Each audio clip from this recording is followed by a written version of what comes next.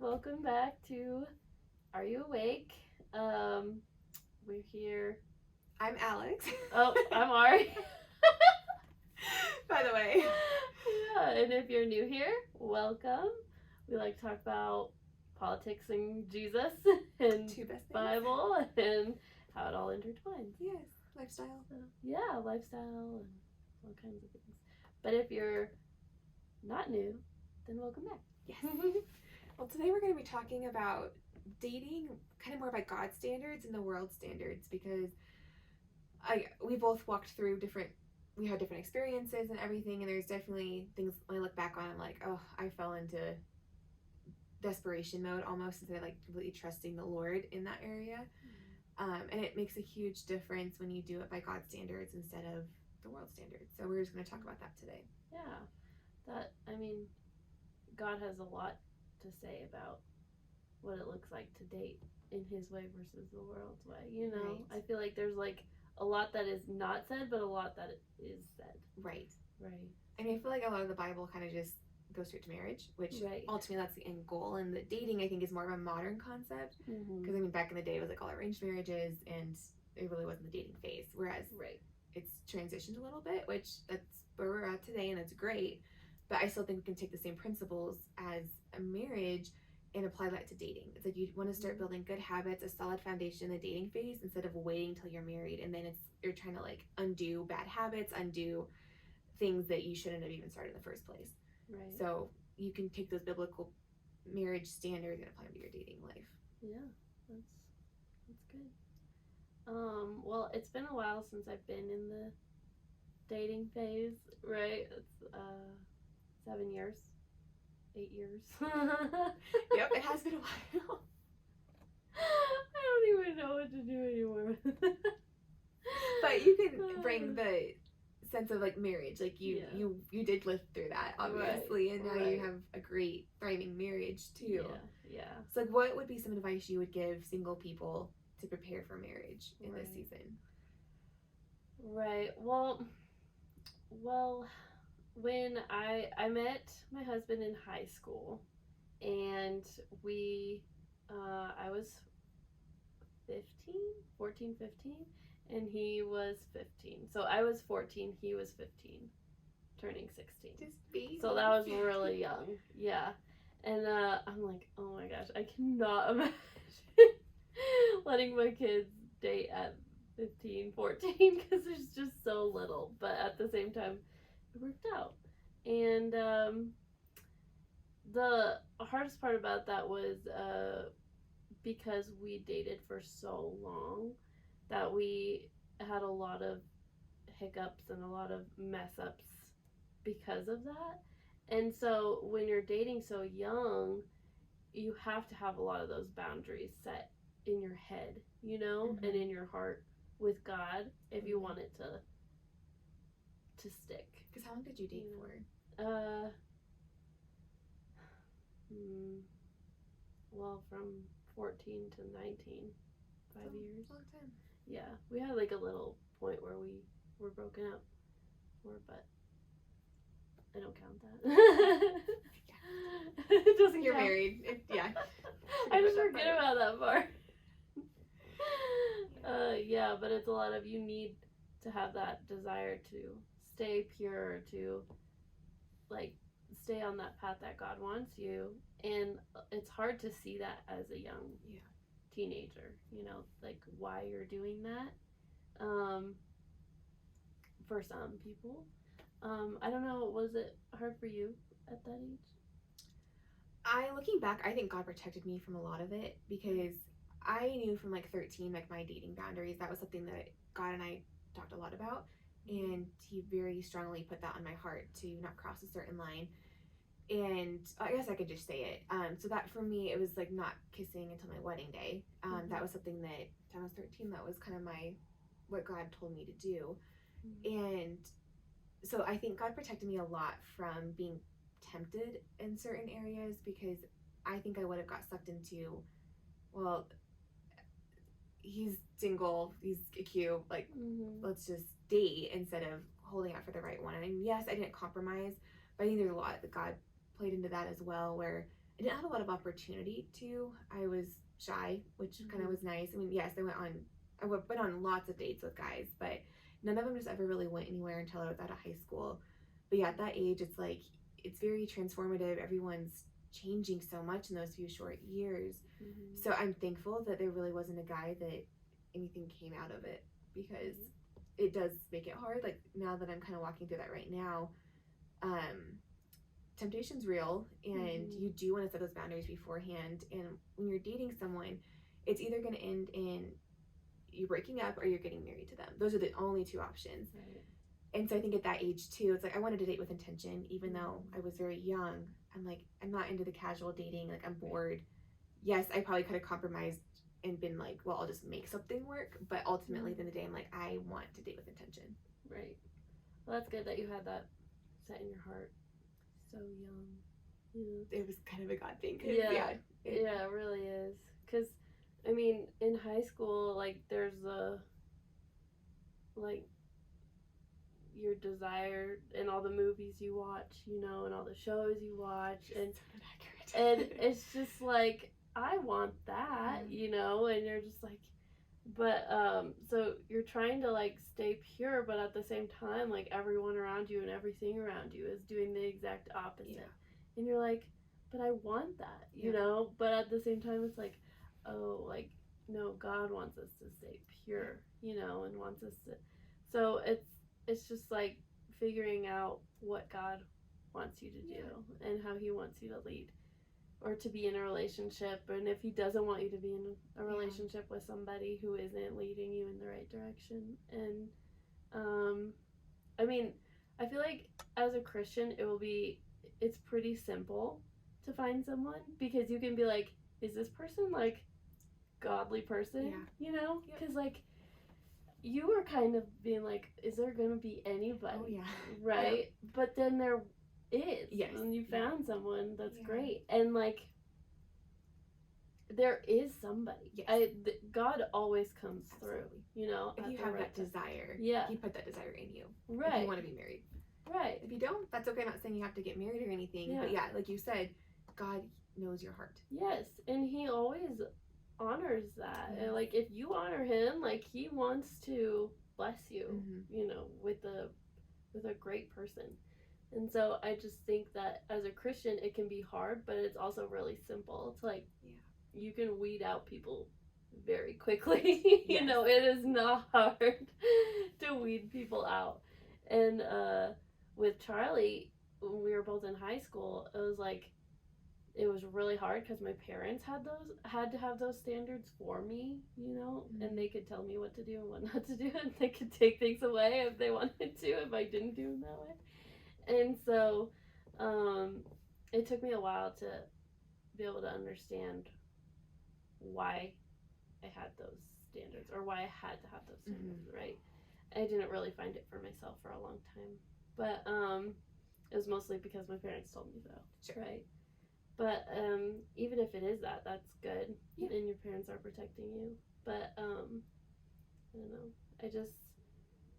I hope that with teaching my girls, that way of life, and just, it's like, it's worth it to stay that way. Absolutely. And you're not trying to like put your thumb on them and be like, you can't do this. It's like, no, it's a gift to give to your future spouse. Right. And God's very clear on protecting that. I mean, God created a certain act when you're married, and He wants that to be a wonderful experience and not to be just kind of done whenever, like within the confines of marriage, because it's like a fire. It's like a controlled fire is very powerful, but an uncontrolled fire can be very damaging. And so that's why it's so important to just hold out and see it as a gift instead of like, it's not a rule. Right. Does that make sense? Yeah, instead of a no, you can't, it's a wait. Exactly. It's interesting because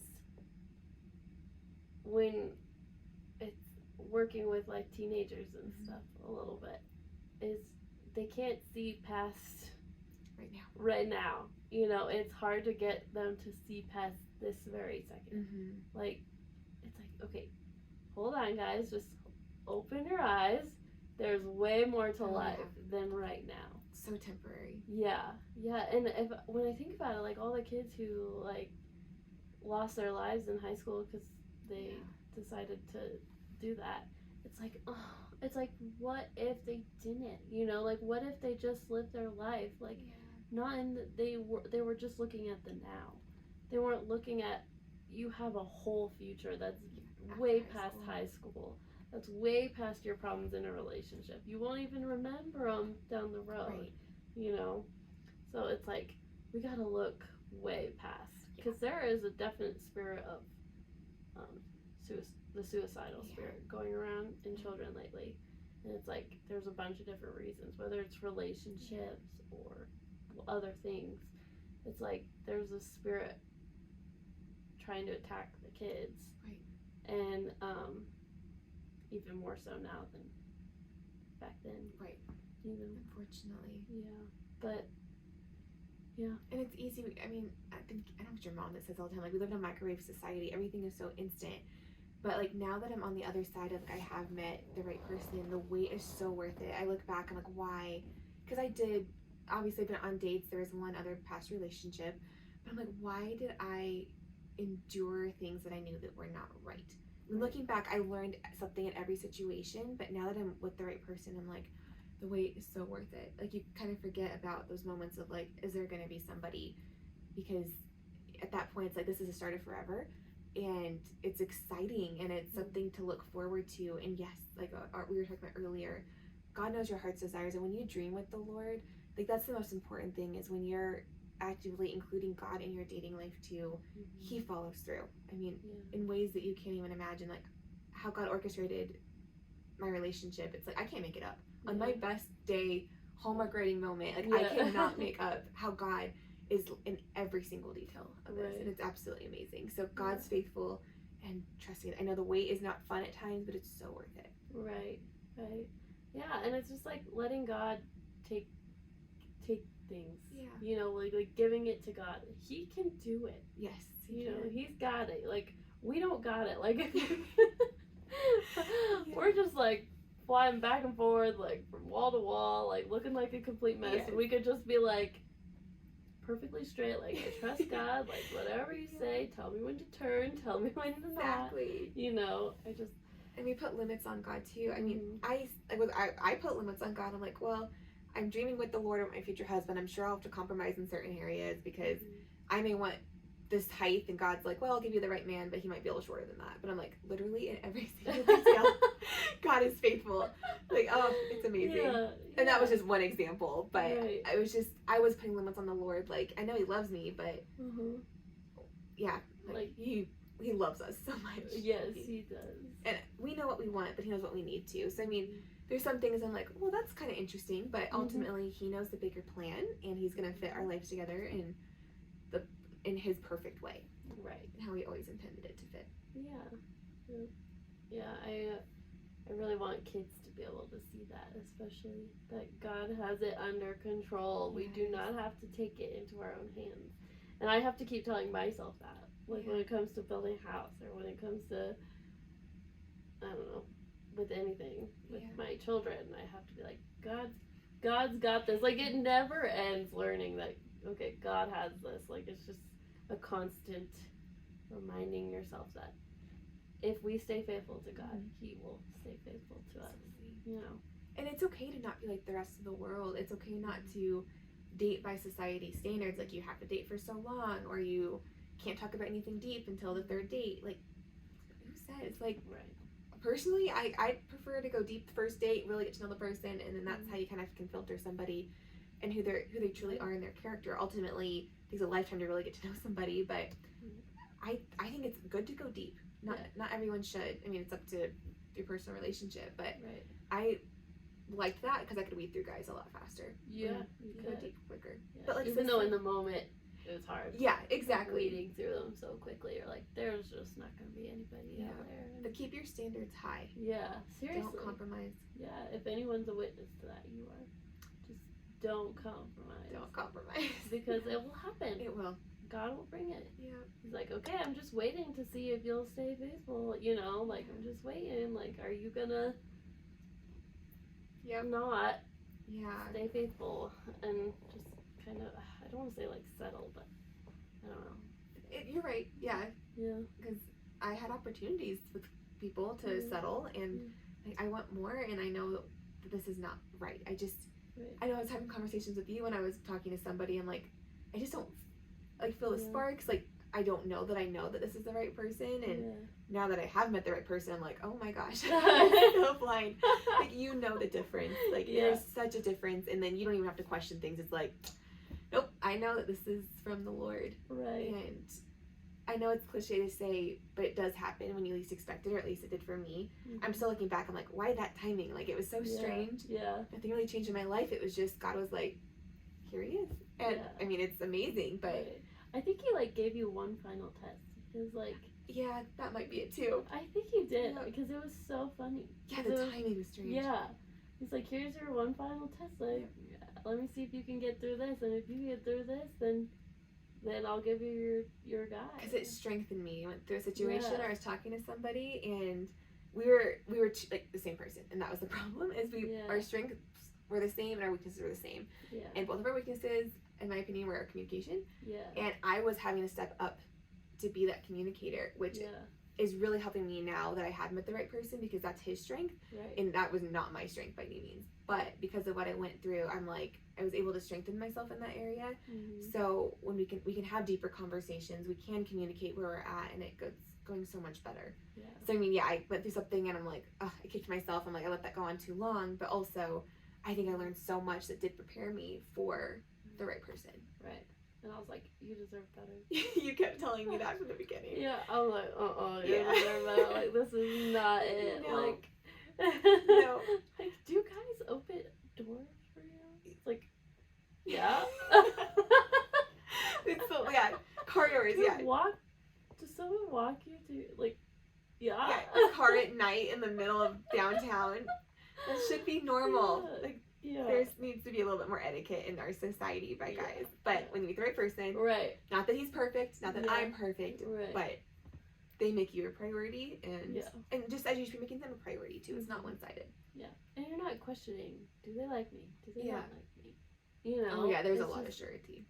Yeah, it's just like, you don't question it. You're like, they do. Like, you just have like this trust that just is like, okay, I can trust them. You know? Whereas like before, you're like worried. You know, you're like constantly worried. And it's like, God doesn't want you to be constantly worried about something like that. Like, there's so much going on in the world. The one thing you shouldn't worry about is whether that person likes you or not. Yeah. You know, you should know that. Yes. For 100% fact. And you shouldn't have to compromise yourself or your morals or your beliefs to keep a person. Right. I was talking to somebody, and they just moved in together, and I think in their head it was like, well, that's just more of like, well, he's not going to cheat on me at that point because we're living together. And I'm like, that is such a false sense of security. Just because you're living together doesn't mean anything. Like, it didn't change the person from not living together to living together. Right. It's still the exact same person. And so I'm like, that is not wisdom to live with someone beforehand. Just like I hear all the time, like, because of my stance, like, I don't want to kiss my wedding day. Like, what if, I hear from so many people, like, what if you aren't going to like kissing him? God is not going to give you your dream person just for you to despise kissing him. Like, our God loves us. He's been faithful in everything else. And so you, like, with living together too, it's like, you don't need to, I mean, this sounds harsh, but it's true. You don't need to try out the person before you buy them. Like, buy out a car before you buy it. It's a person, and it's a gift from the Lord, and the Lord gives you the right person. No. Yeah. A person is not a car. No, you don't need a free trial of marriage before committing. No. So obviously, when two people, I've not lived with a guy, so I'm sure there's a lot to learn as you move in together and become a couple when you're married. But God's been faithful through the whole process when you're including him, so he's going to help you work out the kinks and get on a good page to live together. Right. But you don't need to do it before marriage. No, you don't have to do that. You don't need to try out someone before you marry them. Like, and there's always a learning curve to things. Like, and there's you can have fun in the learning. Absolutely. You know, like, even if things aren't rainbows and butterflies and perfect, like, you will have a lifetime to learn. Yeah. And you learn together. Yeah. And communicate. Yes. Like, communicate. Talk. Yeah. Talking, communicate. But, you know, it's like, you just communicate. Right. Jesus and communication is like the foundation to build a relationship on. Yeah. Because, if you don't have communication, it falls apart real quick. Yeah. Yeah. And it's much easier to communicate. Like, if you just start off a marriage with communicating, like, You bounce ahead. oh my gosh, Yeah. leaps and bounds. Yes. Like, miles and miles ahead Yes. of most marriages. And that's why it's kind of nice to not go physical quick. It's you can build the friendship, the communication, because that's what's going to sustain you through the hard times. It's not going to be the physical. Right. And I think as a society, we're doing it the opposite way. It's like go physical quick, and that'll keep you together, and it's not going to. Right. I mean, obviously that's a component of a relationship, but when times get tough and you need to make big decisions, it's not going to get you anywhere. Right. Unfortunately. Right. Yeah, Charlie and I had a long distance relationship for probably a year. Where he was in a complete other state, like he was in Georgia in the military and I was like in Colorado, so it's not like we could like drive to see each other or anything. So it was like a lot of talking on the phone, a lot of FaceTiming, just so much talking and communication. Like pretty much growing up together from high school, and it just created such a good, strong friendship foundation. Where it's just like we're just really, really good friends. We're like, I don't want to say like best friends because there's like so many people who have different like thought process on if you should marry your best friend, right? Like, don't call your husband your best friend, he's your husband. And it's like, yeah, it's like whatever. But he's the person that I would literally tell anything to, you know. He's your best friend in essence. Yeah, right? Like I don't really have any other best friend, but like he was like someone that I would cry to or talk to or, you know, say anything to.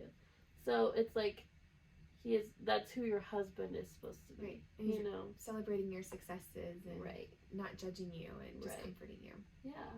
So it's just like you want to find that person, you know, and a lot of people aren't finding that person. They're just getting married to this person because they're out of desperation or loneliness or whatever. Yeah.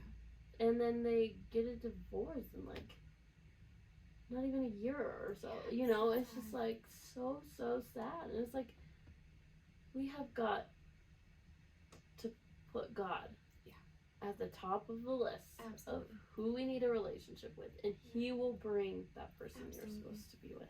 I've always loved the analogy, like the triangle with God at the top, the man and the woman, and as you both are seeking the Lord, He's bringing you closer together. And that applies even in your single times, because you may not know the other point on that triangle, but God will reveal that in His perfect timing. But the number one priority in both your lives should be seeking the Lord and pursuing Him, because that's what's going to hold you together. Right.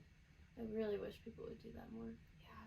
It's very sad that people don't do that a lot, because they just like, okay, I gotta put it in my own hands. I gotta get on online dating. I gotta do all this. And it's like, I mean, if God tells you to. Sure. But it's like, did He tell you to? Or are you doing it out of desperation? You know? Yeah. So it's like, because I know great relationships that have met online. And, but I also know great relationships or horrible relationships that I've met online. You know? Yeah. So it's just like, what is God telling you to do? And if you have that relationship with God, He'll bring you to the person that you're supposed to be with. Yeah. And if you're constantly worried about the person that you're with, and kind of ask yourself, like, why are you going to do certain things?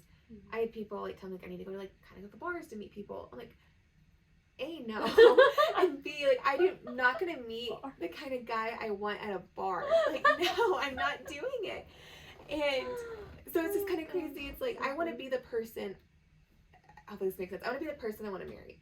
It's like I want to hold myself to the same standards as the person I want to marry. I want to be sure in the Lord, and so it's like I don't want to just frequent bars just to meet somebody, because I feel like that's not the kind of guy I want, because that's not who I want to be. It's just someone that goes clubbing or to the bars or whatever.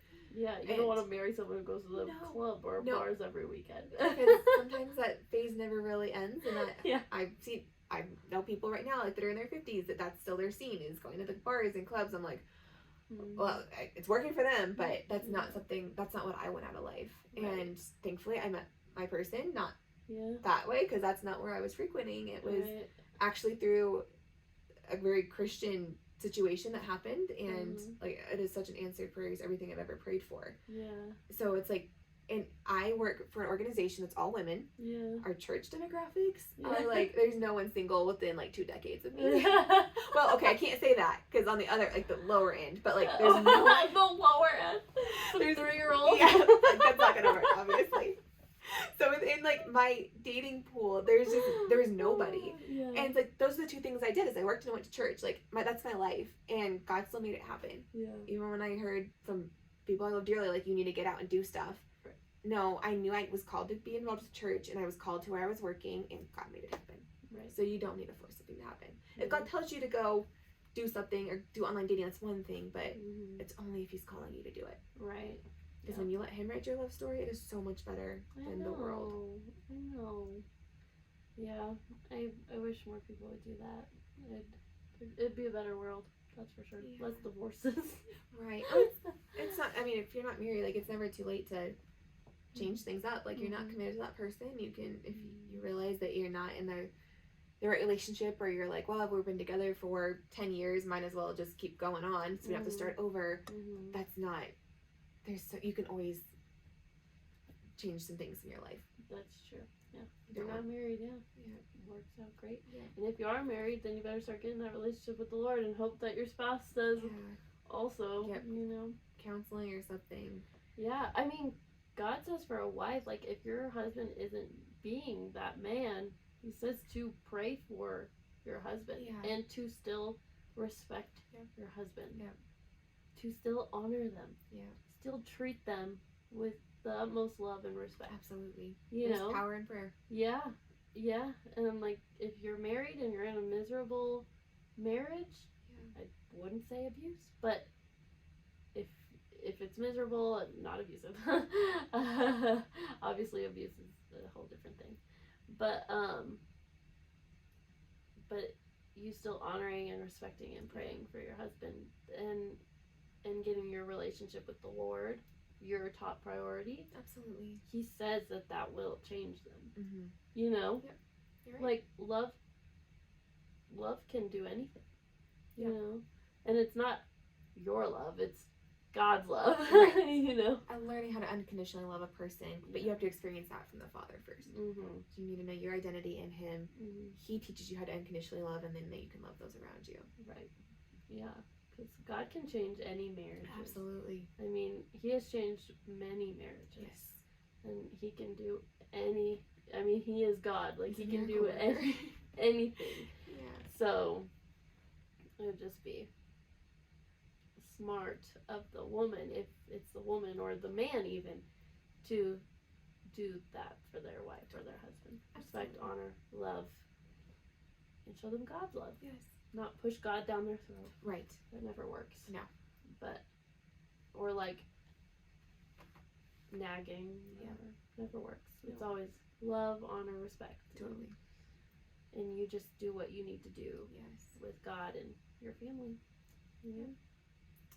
Well, I think that's probably a good stopping ground. There's a lot to uncover with that one, but Yeah. kind of just an overview of everything. Right. But thank you so much for watching. We appreciate your support. Yeah, thanks guys. Thank Have a you. good rest of your day.